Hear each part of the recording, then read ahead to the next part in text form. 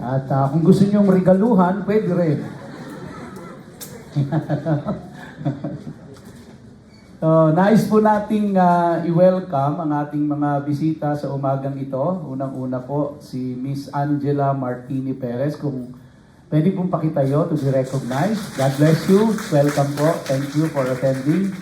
Andyan din po si Daniel Tamondong. God bless you. And si Cesario Tamondong.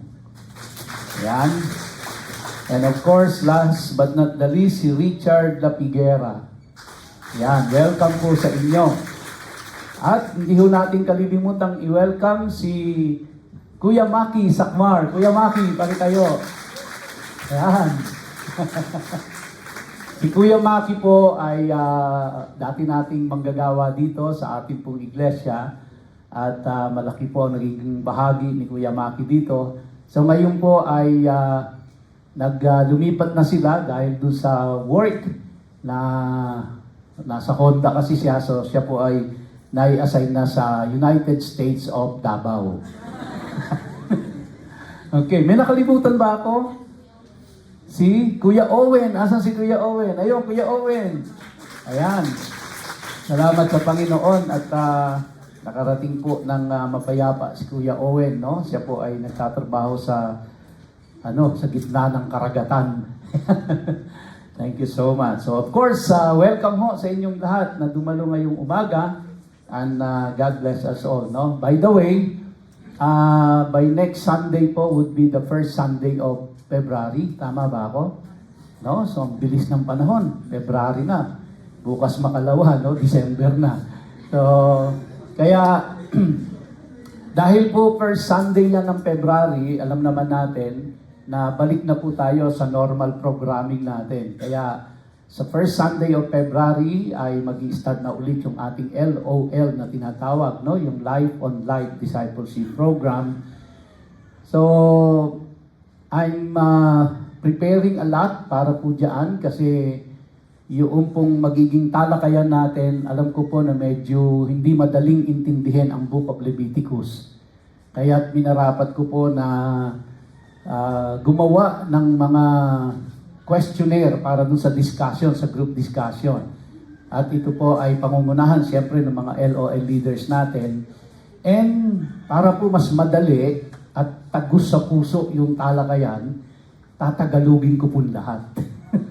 Ayan, no? At mga LOL leaders, hindi lang po yung question ang ibibigay sa inyo, kasama na rin yung sagot, pero sa inyo lang yon, no? Hindi po i-distribute sa lahat yon. Kasi pag distribute nyo pa, alam na nila yung sagot, di ba? So, nandoon po yon. Plus, may karagdagan po yan, isa-summarize ko po lahat. Kaya tapos ibibigay ko po sa inyo yan in advance para all throughout the week na pag-aaralan nyo, nababasa ninyo. So, may complete summary kayo nung lesson at naka-outline nyo lahat yon. And may mga questionnaires na nandoon at meron po mga sagot. Lahat po yan all in Tagalog. No, medyo matrabaho lang pero mas maganda po pagka ganon. And now, so that will be next Sunday na po yan. No? Kaya all are invited to attend yung ating pong LOL Discipleship Program. At kung kayo po ay wala pang kinabibilangang grupo doon, just come and join, no? At kami na po ang bahala o yung mga LOL leaders na po ang bahala kung saan kayo ilalagay ng grupo. But I encourage you, no? I encourage you to please come and join. At makikita ho natin dito sa pag-aaral natin ng Leviticus, nakita natin kung gaano po yung nire-require sa kanila, no? Nung time na yon, just to take part in the worship of God. So napakaluwag na ho natin ngayon kumpara sa kanila noon. Kaya samantalahin ho natin ito. And lastly, nagsimula na po ako nung 12 minor prophets nung last Friday. So kaya kung hindi po kayo naka-attend nung last Friday, anyway, it is recorded naman. You can always go back. Nasa Facebook page natin yan. And nasa YouTube yan. Kaya pwede nyo pong balikan yung lesson. So I start with the book of Hosea. And ganun din po, para mas maging maganda yung talakayan natin, no? Yung sa group discussion, ako po ay nag-prepare din ng complete summary of the whole lesson and mga questionnaires and answers para i-distribute doon sa mga facilitators naman natin ng Friday. Kaya nandun na po yun, naka-complete, naka-summarize na yon, kumpleto na po yun, at lahat po yun in Tagalog. Para walang masyadong struggle tayo, no? So wala na ho ako nakikitang dahilan pa para hindi po natin aralin ito, hindi natin atinan ito, at marami pong trabaho, pero that's okay, no? It's okay. Kaya sana po ay bigyan yung oras at bigyan niyo po ng pagpapahalaga yung mga pagsisikap natin na ito, na kayo po ay talagang maturuan sa salita ng Diyos. Okay? Now, we are now on Leviticus chapter 3. So, naka-chapter 1 ho tayo, naka-chapter 2, at ngayon ho ay nasa chapter 3. And I suppose you have learned already a lot, no? From the first 2 chapters. At ang unang Hebrew word na natutunan natin ay ano po? Sa chapter 1.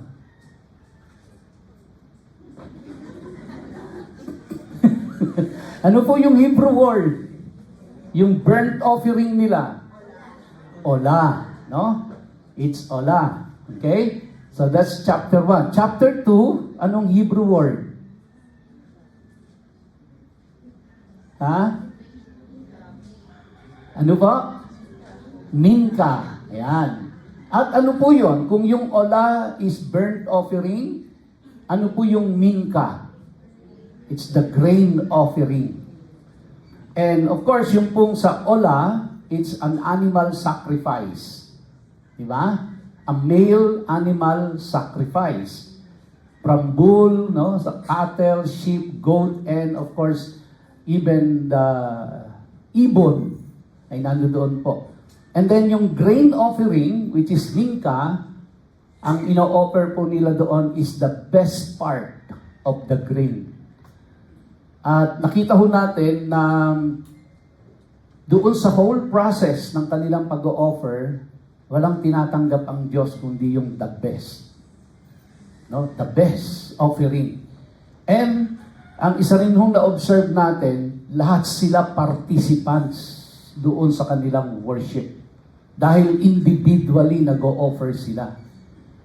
So, ibig sabihin, sila ay hindi spectators. Hindi sila nanonood lang during worship service. Silang lahat ay participants. Lahat sila mayroong ginagampanang role. Lahat ng pupunta doon sa tabernacle ay mayroong ginagampanang role. So, translated into our modern times, ano po ibig sabihin sa atin yan? We have to offer the best among the best to the Lord. Remember, inihahandog natin ito sa Diyos ng mga Diyos, sa Hari ng mga Hari. Inihahandog natin ito sa Diyos Ama. Wala na nga lang tayong mga bulls and cattle and sheep and goats and birds. Wala na nga lang tayong mga grain offering. Pero, when we come to the Lord in worship every Sunday, we have to offer to Him the best, no? Among the best. And very particular ang Diyos dito, na hindi pwede sa Kanya yung tira-tirahan. Hindi pwede sa Kanya yung second best. At ina-expect ng Diyos that when we come to Him, or when we come before Him in worship, ina-expect niya na lahat tayo ay active participants. Hindi tayo spectators. Diba? So ito po ang ina-expect ng Diyos sa atin. And nakita rin ho natin na doon sa ola sa minka, ito ay mga handog nila sa Diyos, hindi po para patawarin ang kanilang kasalanan. Diba? Ito po ay ginagawa nila para mapalapit muna sa Diyos bago sila humingi ng tawad sa kanilang nagawang kasalanan. Dahil sa mata ng Diyos, ang tingin niya, meron po tayong dalawang kalikasan or nature. Meron tayong sinful nature at yun po yung ina-address nung Ola at Minka at yun din ang ina-address nitong Seva. So kaya yung first three offerings na ginagawa nila sa Diyos, ang ina-address lang po nun is yung sinful nature natin. Para nang sa ganon ay makalapit tayo sa Diyos. Hindi pa po ina-address doon yung sinful behavior natin. No? So yung sinful behavior is the result of our sinful nature. Ibig sabihin, kaya ho tayo nag-behave sinful dahil meron tayong sinful nature. Kaya po, yung first three offerings na yon, yung pong Ola, yung Minka, at ito po ngayon tatalakay natin, which is Seva, yaan po ay ina-address lang niya yung sinful nature ng tao. Kasi bago tayo makalapit sa Diyos para humingi ng tawad doon sa ating mga sinful behavior, kailangan tayo po muna ay maging acceptable sa Kanya. Okay? So, kaya sa ngayon po, ang ating tatalakayin ay ang tinatawag na Seva Shelamim in Hebrew. Now, ito pong Seva Shelamim, katulad din ng Ola at ng Minka, hindi po siya ang direct translation or hindi po yung peace offering ang direct translation niya. So the Hebrew word is called Seva Shelamim, pero pangkaraniwan po makikita natin in the English translation, ang binabanggit po doon siya ay peace offering. Pero hindi po siya ang direct translation. Dahil yung pong peace offering is the functional definition of the Hebrew word Seva Shelamim. Kasi wala pong English equivalent yung pong Seva Shelamim. Kaya ang ginawa po ng mga nag-translate ng Bible into English, dinefine nila yung Hebrew word na yon na walang English equivalent sa pamamagitan kung ano ang purpose niya o kung ano ang functional definition niya. Katulad po ng Ola. Ang Ola ay walang English translation. Walang English equivalent. Kaya dinefine nila ito into a functional definition, which is now what we call the burnt offering. At ganoon din po yung Minka. Yung Minka ay wala ring direct English translation. Kaya ang ginawa po naman nag-translate ng Bible sa English, siya po ay dinefine based on its purpose or function. Kaya tinawag naman siyang grain offering. Are we clear on that? Okay, so bago po tayo magpakalalim sa Leviticus chapter 3, let us all pray. Aming Ama, aming Diyos, makapangyarihan sa lahat. Sama-sama po kami bilang magkakapatid dumalapit sa iyo. At sa oras na ito, ay minsan pa, hinihiling namin tulungan mo kami na maintindihan ang mga salita mo sa Leviticus chapter 3. Tulungan mo po ako, dakilang Diyos, upang ito'y aking maipaliwanag ng maayos. At tulungan mo rin ang aking mga kapatiran na nakikinig sa mga oras na ito upang ito ay kanilang maintindihan. Salamat po sa napakagandang pribilehiyo na ipinagkaloob mo sa amin upang mag-aral ng iyong banal na salita. Kaya gabayan mo po kaming lahat sa pangalan ni Yeshua. Amen and amen. Now, Leviticus chapter 3, as an introduction po, discusses the laws of peace offerings in the Old Testament. Ginagawa po nila yan para sila ay magkaroon ng peace sa Diyos. Okay? And dito po sa Leviticus chapter 3, it highlights offerings from cattle, sheep, or goats. Ang isa pong wala dyan na meron sa burnt offering ay yung pong mga birds.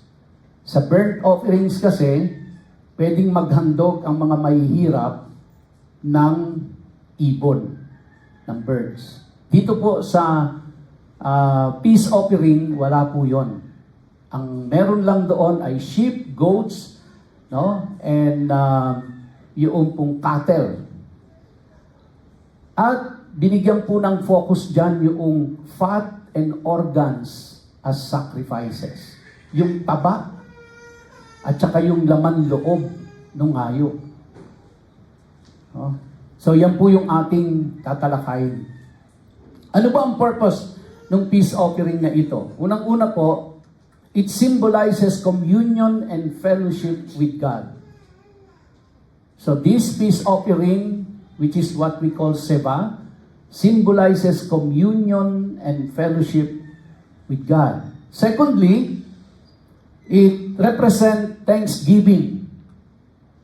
So when they do peace offering, yan po ay bilang pasasalamat nila or thanksgiving. And then free will offering and fulfillment of vows. So tatlong kadahilanan po bakit nila ginagawa yan. Thanksgiving, no? And then free will offering, I will explain that later, and fulfillment of vows. That's why they're doing this. And of course, we will try to relate all of this in our present time. Let's look at the verses, no? In chapter 3, kung ano-ano po ito. So yung verses 1 to 5, ito po ay offering from cattle. Verse 1 says, when his offering is a sacrifice of a peace offering, the seva, no? Yung po yung seva.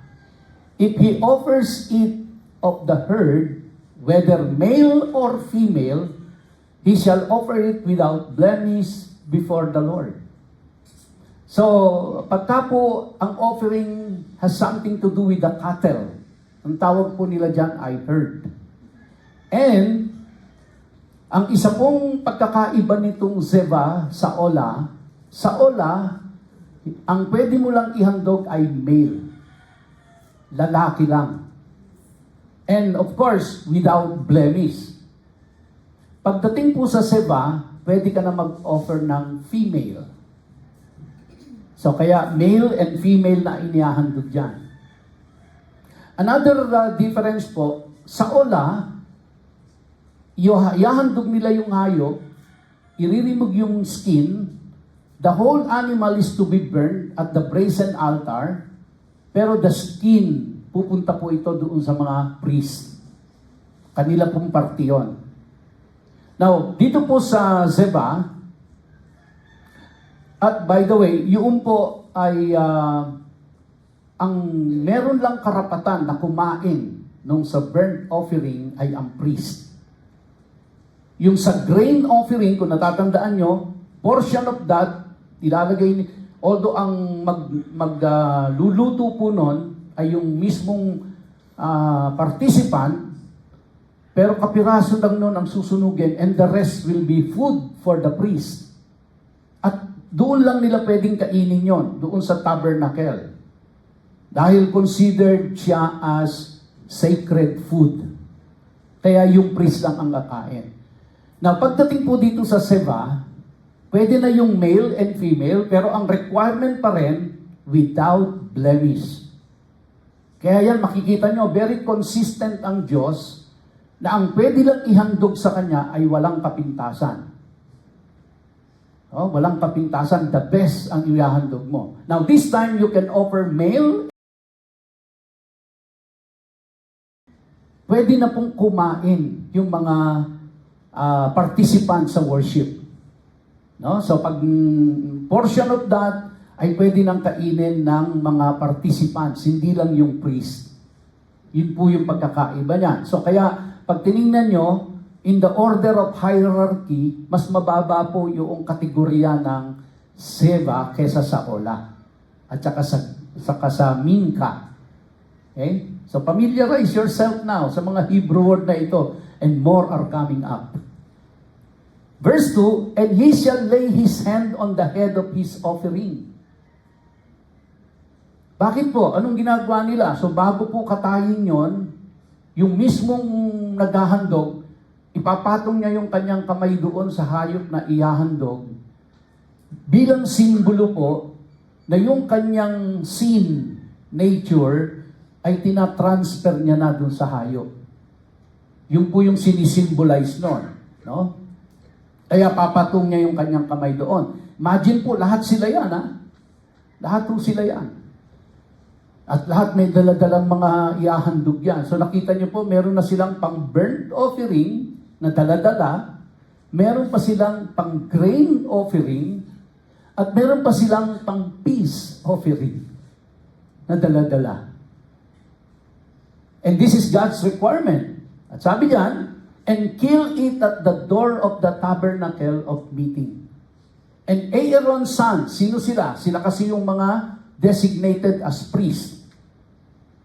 Shall sprinkle the blood all around on the altar. So wala pong pwedeng gumawa yon. Ang participants, yung worshiper, kakatayin niya lang yon. Pero yung blood na nakolek, hindi niya pwedeng hipuin yon. Ang pwede lang humipo ng blood na yon ay yung mga priest, yung mga anak ni Aaron. Alam naman natin na si Aaron yung kauna-unahang high priest nila. So lahat na ng lahi ni Aaron ay mga priest dahil galing sila sa tribe ni Levi. So kukolektahin po yung blood, tapos siya yung mag-i-sprinkle doon sa gilid ng brazen altar. And once the blood of the animal touches the brazen altar, it becomes holy. Why? Because the brazen altar, when they inaugurated the tabernacle, lahat po ng mga elements doon, lahat ng components doon, ay naging holy na siya when it was dedicated to the Lord and it was inaugurated. And so because the brazen altar now is considered holy, brazen altar, anything that touches the brazen altar becomes holy. And it is to the Lord. Okay? So kaya yung priest lang ang pwedeng gumawa nun. Yun po yung seremonya nila dyan. Verse 3, then he shall offer from the sacrifice of the peace offering, an offering made by fire to the Lord. Again, that is done in the brazen altar. The fat, yung taba, that covers the entrails, and all the fat that is on the entrails, sa may buntot ng hayop. Lahat ng taba na nandoon po. Sabi diyan, iyahandog nila yan doon sa brazen altar. Sa madalit salita, lahat ng taba na nandoon sa bandang buntot ng hayop ay kailangan nilang sunugin. Kailangan nilang ihandog yan. No? Hindi sila allowed kainin ang taba. Kaya siguro, konti lang ang heart attack noon. No? Walang masyadong cholesterol. And the two kidneys, with the fat that is on them at the loins, and the long lobe of the liver that he shall remove with the kidneys. Gaano ka specific ang Diyos sa gagawin nila na paghahandog. Then Aaron's son shall burn it on the altar on top of the burnt offering. So ano yung una-una? Naglagay sila ng burnt offering, naglagay sila ng ola, and on top of the ola is the seva. Okay? Which is on the wood on the fire. It is a food offering with a pleasing aroma to the Lord. Now, why was it required for them to burn the fat? At saka yung mga organs niya. Because the moment you burn the fat, ito po ay naglalabas ng mas mabangong amoy. No? And then pag nakita na nila at mas maraming smoke. So pag nakita na nila na umaangat na yung smoke, now remember the grain offering, nilalagyan pa nila ng frankincense para to make it smell really, really good. Dahil ang paniwala po nila during that time, kapag ka yung usok ay umaakyat, ito ay kumbaga po, nabivisualize nila na yung kanilang paglapit sa Diyos at pagsamba ay nakakaabot sa kanyang trono. Para ma-visualize lang nila. At yung amoy, ini-visualize po nila yan, na inaamoy ng Diyos yun. So, paano natin tatanggapin ito sa panahon natin ngayon? Kasi the moment na naisip po natin na nagbe-burn sila ng incense, nagbe-burn sila ng mga fat, may mga usok, at naaamoy ito ng Diyos, unang pumapasok sa isip natin po ay, this is a pagan practice. This is a pagan practice. And so now, the question is, kung ito po ay paganong paugalian, bakit tinatanggap ng Diyos? No? Bakit ito tinatanggap ng Diyos? Well, the reality of it, hindi naman totoong inaamoy ng Diyos yung amoy ng mga taba at nung frankincense. Hindi naman totoong inaamoy ng Diyos yung usok nun. Ito po ay pinahintulot ng Diyos, o pinahintulutan ng Diyos na ito ay gawin nila upang nang sa ganon ay ma-communicate ng Diyos sa kanila. Kasi wala pong way para maintindihan ng mga tao paano magpo-communicate ang Diyos sa kanila. Imagine how can a holy God can communicate to a mere human being. Hindi siya mauunawaan. Kaya po ang ginawa ng Diyos, yung mga common practices noon, pinahintulot ng Diyos yon para lang maintindihan ng tao kung paano siya makaka-communicate sa kanila. And so para ma-communicate ng Diyos na nakakaabot sa Kanya yung kanilang mga panalangin at pagsamba, pinabisualize niya ito sa pamamagitan ng usok at saka ng amoy. Hindi po para sa Diyos yun kasi wala namang nostrils ang Diyos. Wala naman po siyang taste bud. No? Yun po ay para lang iparating ng Diyos sa tao na ang inyong pagsamba ay nakakarating sa akin. At kung ano yung inyong pinanggalingan, pinagmulan, yan yung kanyang ginagamit para makakommunicate sa inyo, sa tao. After all, pag titingnan ho natin sa kasaysayan, ang lahat ng uri ng relihiyon sa balat ng lupa ay nagsimula lamang sa iisa. May common na pinanggalingan lahat. Tandaan niyo po, lahat sila ng after the flood, kay Noah lang lahat nagsimula. Si Noah at ang kanyang pamilya, alam niya kung ano ang tamang pagsamba sa Diyos. Pero dahil po nagkahiwa-hiwalay na sila, no? Tapos dumating na po yung Nimrod, nag-establish ng religion na tinatawag nating yung Mystery Babylon religion. Doon na po nagsanga-sanga lahat ang iba't ibang mga uri ng pagsamba. Pero iisa pinagmulan yan. Kaya po, pag inaral nyo ang lahat ng relihiyon sa mundong ito, may mga pagkakapare-parehas sila. Kasi isa po ang pinagmulan eh. May mga pagkakapare-parehas. Meron pong nag-aral ng lahat ng wika ng tao sa balat ng lupa. No, ito po ay isang malaking grupo na dinedicate lang nila ang kanilang buhay at talino sa pag-aaral ng salita ng mga tao. Dahil bakit ba tayo nagkaiba-iba ng salita? May Inchik, may Hapon, may German, di ba? Pilipinas lang eh. May Ilocano, may Bisaya, may Kapampangan, may Bicolano, may Tagalog.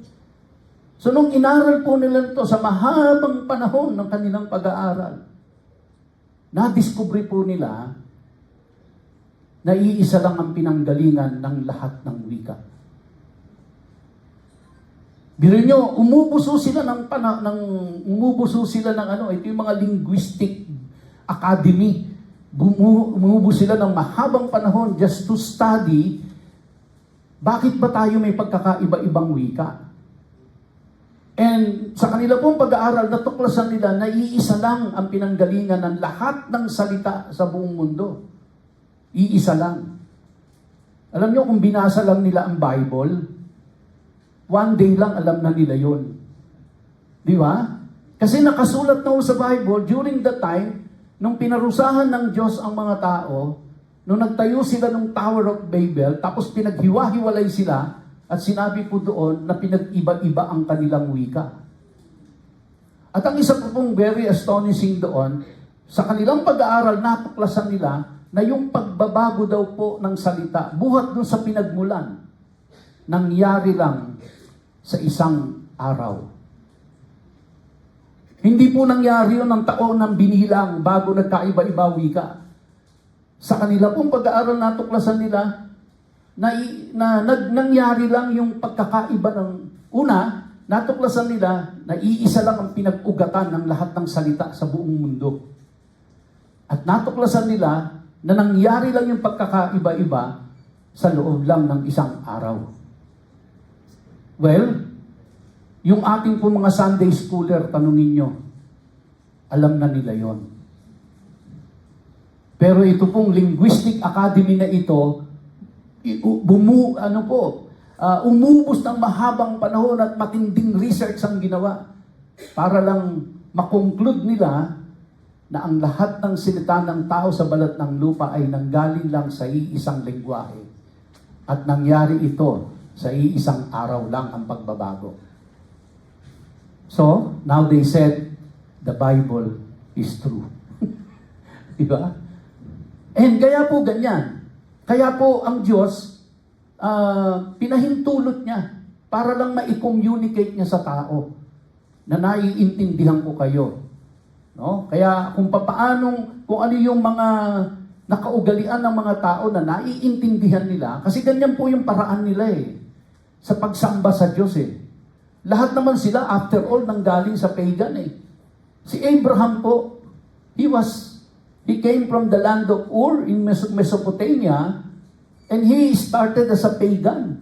Si Abraham. Di ba? So, kaya po ganoon. Kaya, yung pong sinasabi diyang pleasing aroma to the Lord, it is because when they burn the fat, no? And when they burn the grain with frankincense in it, naaamoy po nila na mabango. At nakikita nila imagine niyo po yung brazen altar na yun, kung gaano kalaki at kung gaano karaming inihahandog. Walang tigil yung doon. No? Kumbaga, yung pag-iihaw. Walang tigil yun. Kaya continuous nakikita nila yung smoke coming up. At nakikita nila na nare-receive ng Diyos yun. So it's more on, not on God, it's more on them. Now, ang lahat pong ito, mga kapatid, nakita natin, in-address ng Panginoong Jesus. Kaya, hindi lang po yung sinful behavior natin ang in-address ng Panginoong Jesus, maging yung sinful nature natin. Kaya nung tinanggap natin ang Panginoong Jesucristo, ang una pong in-address doon ay yung sinful nature natin. Kaya now we can come to the Lord and ask for forgiveness for our sinful behavior. Okay, so yun po yun. So, offerings from cattle in verses 1 to 5, in summary, a male or female without blemish is required. Pwede na po ang babae, pwede ang lalaki, pero make sure walang kapintasan yan. Without blemish. So from here, makikita po natin kung ano ang karakter ng Diyos Para sa Diyos, hindi pwede yung pwede na. Para sa Diyos, dapat the best among the best. Whatever it is na ihahandog natin sa Kanya, it must be the best among the best. At ang maganda po doon, hindi po nakatingin ang Diyos doon sa amount. Dahil pag mahirap ka, pwede ang ibon. Hindi ka nire-require mag-alay ng baka kung mahirap ka. At kung mayaman ka naman, wag naman ibon ang ihandog mo. Kasi may kakayanan ka naman maghandog ng baka. So ano po ang makikita natin dito? In the eyes of the Lord, what is important, it is what is in the heart ng naghahandog. Okay? So, kaya po, walang exempted sa madalit salita. Ine-expect ng Diyos, mahirap, mayaman ka, babae, lalaki, ano man ang estado mo sa buhay, kung ikaw ay nakipag-isa na sa Diyos, sa pananampalataya kay Jesus, ine-expect ng Diyos that you will offer Him the best among the best. Amen? So it is the heart that is important to the Lord. Not the amount of offering. Number 2, the offerer lays hands on the animal and kills it. Siya mismo yung kumakatay. Active participant siya. Tapos ita-transfer niya dun sa hayop yung pong kanyang sinful nature. Sa atin, when we accepted the Lord Jesus Christ as our Lord and personal Savior, di ba? Para nilun hong we transferred, ika nga. Nandoon yung substitution part. He became our substitute, ang Panginoong Jesus. Lastly, fat covering the internal organs is burned as a sacrifice. Pero tayo po, di ba? Sarap na sarap tayo dyan sa fat eh. No?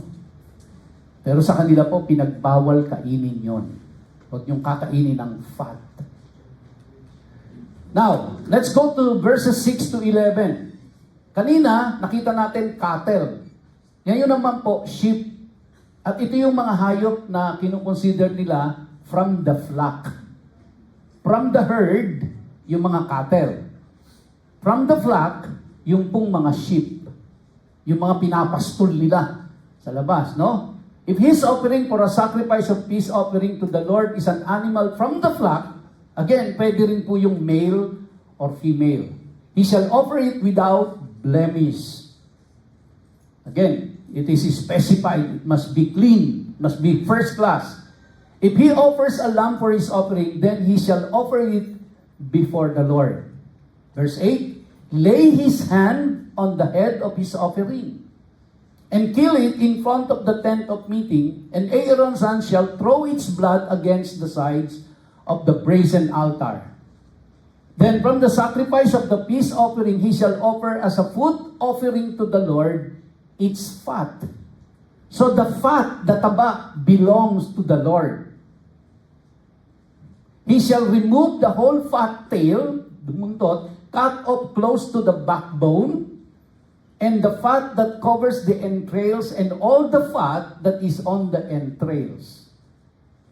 Verse 10, and the two kidneys with the fat that is on them at the loins, and the long lobe of the liver that he shall remove with the kidneys. And the priest shall burn it on the altar, again sa brazen altar po yan, as a food offering to the Lord. So alam naman natin yung brazen altar, yan yung po yung unang makikita natin pagpasok natin sa loob ng outer court, no? Noong pong tabernacle. So, for the sheep, it can be male or female without blemish. No? Kaya ini-inspection nilang maigi yan eh. Tinitingnan nila yan kung tabingi ang paa, iba ang kulay, medyo kirat ang mata. So, hindi po pwedeng pwede na yan. No? Hindi po pwede. The fat, tail, and other specific organs are burned. And the emphasis on burning fat as a pleasing aroma to God. So the same, di ba? Now, let's look at the goat. So we have the cattle, now we have the sheep, and now we have the goat. In verses 12 to 16, if his offering is a goat, then he shall offer it before the Lord, and lay his hand on its head, and kill it in front of the tent of meeting. And the sons of Aaron shall throw its blood against the sides of the altar. Na-notice niyo po, may cattle, no? May sheep, merong goat. So, ibig sabihin, mayaman-yaman ng konti, di ba? Medyo mayaman, may can-afford. Meaning, kung ano yung ma-afford mo, doon sa status ng buhay mo. So, ang Diyos hindi mo magre-require ng lampas sa kakayahan mo.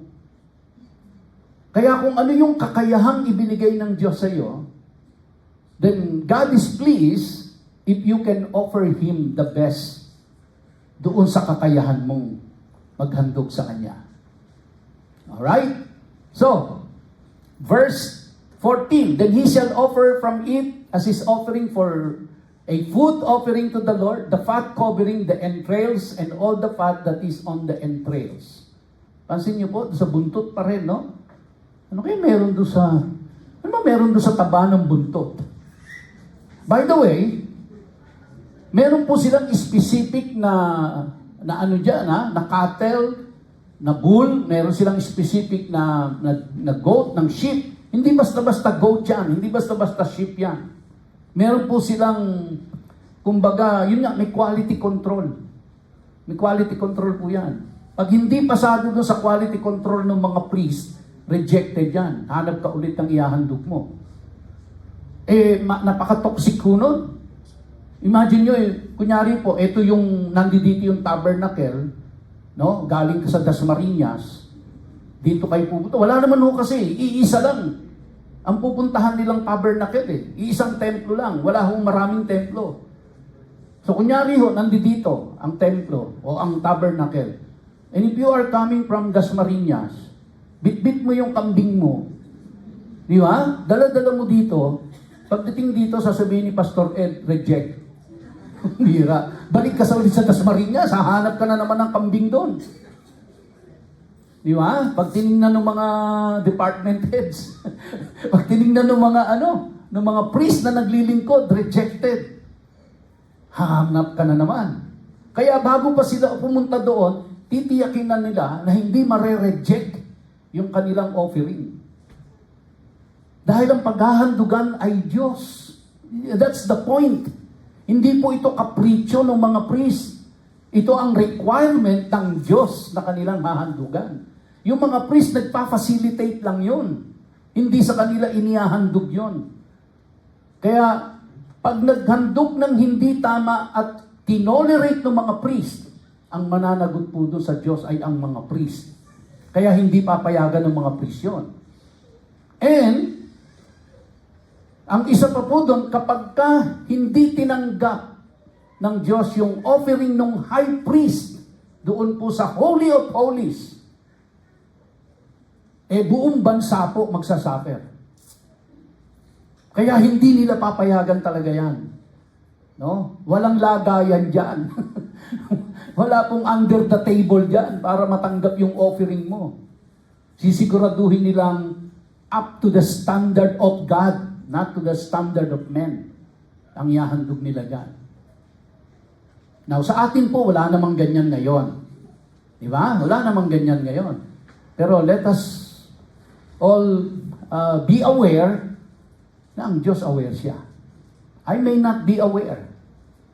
Yung katabi mo, maaaring hindi siya aware. Pero ang Diyos aware siya sa lahat. Okay? After all, siya naman ang tatanggap o magre-reject ng offering. Verse 16, and the priest shall burn them on the altar as a food offering with a pleasing aroma. All fat is the Lord's. Now, lampasan mo natin yung verse 17. Kasi sa verse 17, may iba pong emphasis. Let's get the summary of verses 12 to 16. So, unang-una, male or female without blemish. Number 2, makikita natin from the cattle to the sheep to the goat, they have similar procedure. No? Similar procedure, whether mag-o-offer ka ng baka, o mag-o-offer ka ng sheep, o mag-o-offer ka ng goat. The same procedure applies. And also, the burning of fat is central to the offering. And I have explained it to you why. It is so significant for them to see the fat burning and to see the smoke ascending to the Lord. And the smell must be good. Hindi po pwede yung amoy bulok, yung niluluto nyo dyan, yung hinahandog nyo dyan. Okay? Now, let's look at verse 17. Sabi po dyan, it shall be a statute forever throughout your generations in all your dwelling places that you eat neither fat nor blood. So mahigpit na ipinagbawal ng Diyos sa kanila yan. Huwag niyong kainin ang taba at huwag niyong kakainin ang dugo. Dahil ang taba, that belongs to me. The blood, because it is holy. That's very, talagang very strict ang Diyos niya. So, yung verse 17 is the prohibition against eating fat and blood. So, fat and blood are not to be consumed. It must be burned. And this statute is for all generations. Remember, when God gave them this, nasa po sila sa wilderness. After they came out from the land of Egypt, at nandoon na sila sa foot of Mount Sinai. When God instituted this, and they have to carry it on hanggang makatayo na sila ng permanent temple nila doon po sa Promised Land. Pero ang lahat ng yan ay nawala. No? Nawalang lahat yan. Dahil nasakop sila ng ibang bansa, giniba yung templo nila, in-stop ang kanilang mga practices na ito. So, anong spiritual significance?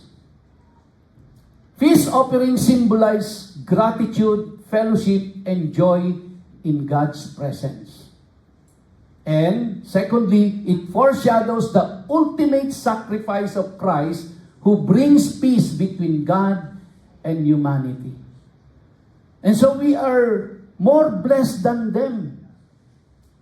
Because we don't need to go through all this sacrificial system of burning cattle or sheep or goat or grain offering. All we have to do is just to put our trust in Jesus, believe in Him. Dahil yung sacrifice ni ginawa ni Jesus Christ, in-address niya yung sinful nature natin at yung ating mga sinful behavior ay pwede nating ihingi ng tawad sa Kanya. Di ba? Kaya pwede ho nating palakpakan ng Panginoong Diyos dyan. Napakabuti ng Diyos sa atin. So, what are the types of peace offering nila? Tatlong bahagi po. Una is confession offering. Ginagawa nila yon to seek God's deliverance of healing. May karamdaman sila na kaya sila nagkakaroon ng karamdaman dahil po yun ang resulta ng pagkakaroon nila ng sinful nature. Kaya sila nagkakaroon ng karamdaman. Kaya yung alay po nila na yan ay for confession offering. Pangalawa po, it is a vow offering. It is to fulfill a pledge made to God. So ginagawa po nila yung peace offering na yan, mga kapatid, pag meron po silang ipinangakong gagawin nila sa Diyos. Kaya pag nangako sila at sumumpa sila na gagawin nila yon, gagawin nila yon. At naghahandog po sila nitong peace offering. No? Para to fulfill a pledge made to God. Kaya kapag nag-pledge sila sa Diyos, maghahandog sila ng peace offering. Pangatlo po, it is a free will offering. It is a spontaneous expression of gratitude and devotion. So, hindi naman necessarily hinihiling nila na pagalingin sila sa kanilang karamdaman, bunga ng kanilang pagiging makasalanan. Hindi rin naman lang dahil meron silang ipinapangako sa Diyos, kundi ito po ay ginagawa nila kapag sila ay so much blessed by the Lord. Maghahandog po sila nitong peace offering na ito. No? So, kaya free will. And each offering included a joyful sacred meal. Alam niyo po ba? Na ang kasunod ng mga offering na ito ay kainan. No? Kaya yung LOL natin, di ba? Tayo nauuna ang kainan. Kaya i-encourage ko po kayo, join us. Dahil yung pong pagkain natin dyan sa baba, hindi po yan basta pagkain lang in the eyes of God.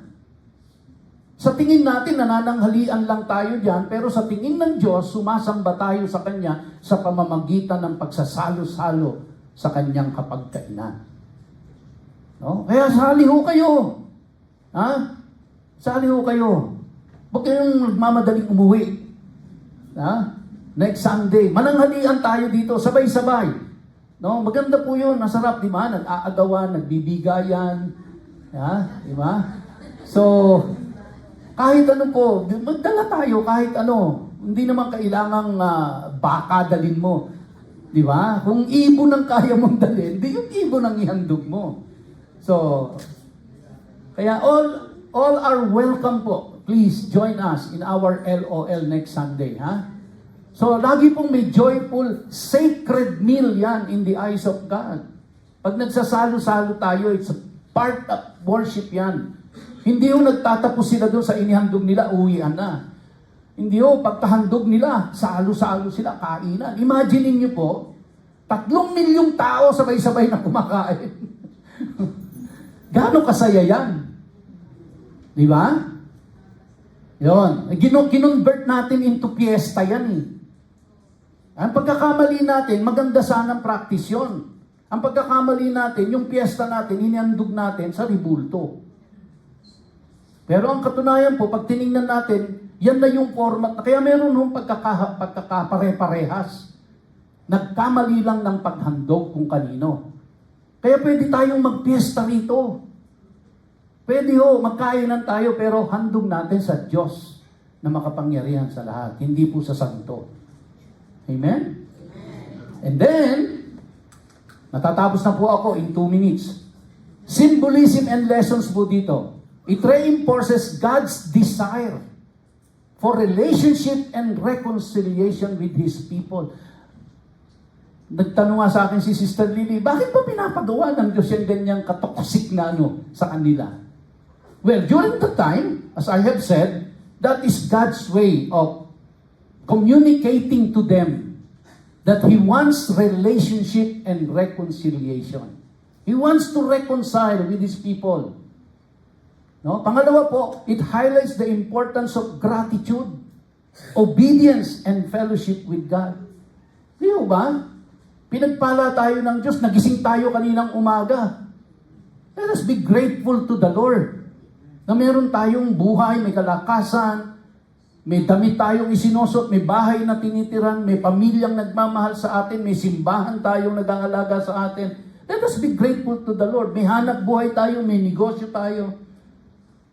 Di ba? And it encourages worshipers to acknowledge God as the source of well-being. Okay? Now, anong connection nito sa New Testament? While the term peace offering is not used in the New Testament, similar themes appear. Wala ho tayong makikita niyang, yung term na yan, peace offering or seva. Pero makikita ho natin, may mga similar themes. Like for example, Paul sponsors 4 Nazarite involving peace offering. Nung nag-signify sila ng kanilang vow. So, pinractice ni Paul yan. And for sure, pinractice din ho yan ng Panginoong Jesus during this time. Kasi alive na alive pa yan during that time kasi may temple pa sila noong mga time na yan. Christ's ultimate sacrifice fulfills the purpose of all offerings including peace and reconciliation. So, in conclusion, the peace offering emphasizes gratitude, fellowship, and harmony with God. Kasi in-address yung sin nature. It foreshadows Christ's sacrifice. Yun po ay naglalarawan ng pagsasakripisyo ni Jesus Christ, no? Which brings ultimate reconciliation. Di ba? Na-reconcile lang naman tayo sa Diyos dahil kay Jesus sa kanyang sacrifice na ginawa. It encourages believers to maintain a relationship with God through worship and thanksgiving. No? So, when we worship the Lord, when we offer to the Lord, we are basically maintaining our relationship with God. Kaya let's do it. No? Huwag tayo mag-absent pag Sunday. Alright? Huwag tayo mag-absent sa mga gawain dahil that's the way to maintain our relationship with God. So, in conclusion, pangalawang conclusion na to Leviticus 3 teaches the importance of peace and fellowship with God. And it reminds us of God's holiness and the need for proper worship. So, with that, mga kapatid, thank you. Tayo tayong lahat, and let us sing to the